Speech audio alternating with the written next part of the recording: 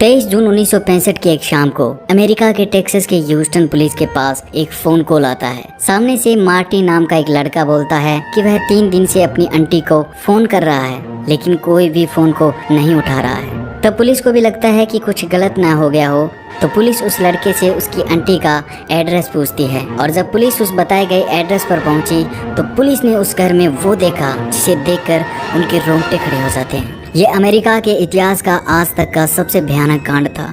Fred Rogers और Edwina Rogers दोनों America के टेक्सास के ह्यूस्टन में रहा करते थे। उनके पास अपना एक पुराना घर था जिसमें वे दोनों रहा करते थे। फ्रेड रोजर्स और एडविना रोजर्स एक बुजुर्ग दंपति थे जिनके एक 42 साल का बेटा था जिसका नाम था चार्ल्स रोजर्स। चार्ल्स रोजर्स अपने माता पिता के साथ ही रहा करता था, लेकिन चार्ल्स ज्यादातर घर से गायब भी रहता था। 23 जून 1965 की एक शाम को ह्यूस्टन के पुलिस अधिकारी कैप्टन चार्ल्स बुलोक और एलम बर्टा अपनी ऑफिस में काम कर रहे थे। तभी पुलिस स्टेशन के फोन में घंटी बजती है।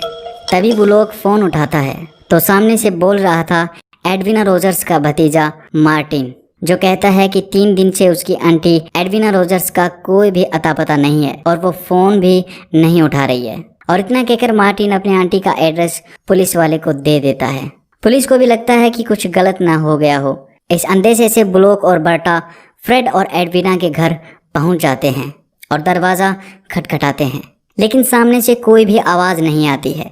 तो बुलोक घर के पीछे जाता है तो वह देखता है कि पीछे के दरवाजे के आगे बड़ा सा गमला रखा गया था, जिससे बुलोक को शक हो जाता है। तो बुलोक और बर्टा उस घर के दरवाजे को तोड़कर अंदर घुस जाते हैं। और जब वो दोनों अधिकारी घर के अंदर घुसे तो पूरे घर में सन्नाटा छाया हुआ था और अजीब सी बदबू आ रही थी। पुलिस आवाज लगाती है लेकिन कोई भी नहीं बोलता है। पुलिस इधर उधर चीजों को देखने लगती है। तभी वो लोग चीजों को देखता हुआ किचन में पहुंच जाता है जहां पर कुछ सामान बिखरा हुआ था।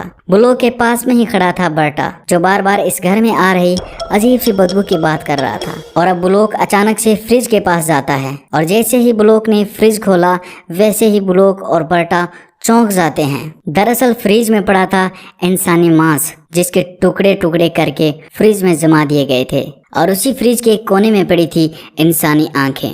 तब वो दोनों पुलिसकर्मी अचानक से पीछे हट जाते हैं, लेकिन जब इन्होंने पास में पड़े डस्टबिन को संभाला तो इन ऑफिसर के पैरों के नीचे से जमीन खिसक जाती है। वो सामने देखते हैं कि 2 इंसानी सिर उस डस्टबिन में पड़े थे जो किसी बुजुर्ग दंपति के लग रहे थे। और जब इस पूरे घर की तलाशी ली गई तो पता चला कि ये फ्रेड रोजर्स और एडविना रोजर्स के सिर थे, जिनके कुछ टुकड़े फ्रिज में जमा दिए गए थे।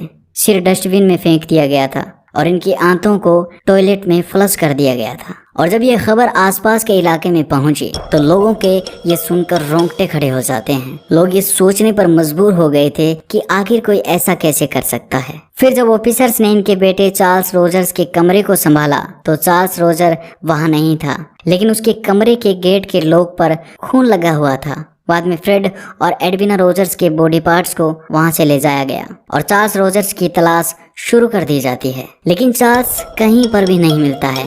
उस वक्त 1965 में इस घटना ने पूरे अमेरिका को हिलाकर रख दिया था और इस मर्डर मिस्ट्री पर हग और मार्था के द्वारा एक किताब भी लिखी गई जिसका नाम था द आइस बॉक्स मर्डर्स, जिसमें इस बुजुर्ग दंपति के बेटे चार्ल्स रोजर्स को कातिल बताया गया था। और इसी चार्ल्स रोजर्स को 1975 में आई कुछ खबरों में मृत घोषित कर दिया गया था। और अब तक फ्रेड रोजर्स और एडविना रोजर्स के कातिल का सही से पता किसी को भी नहीं लग पाया।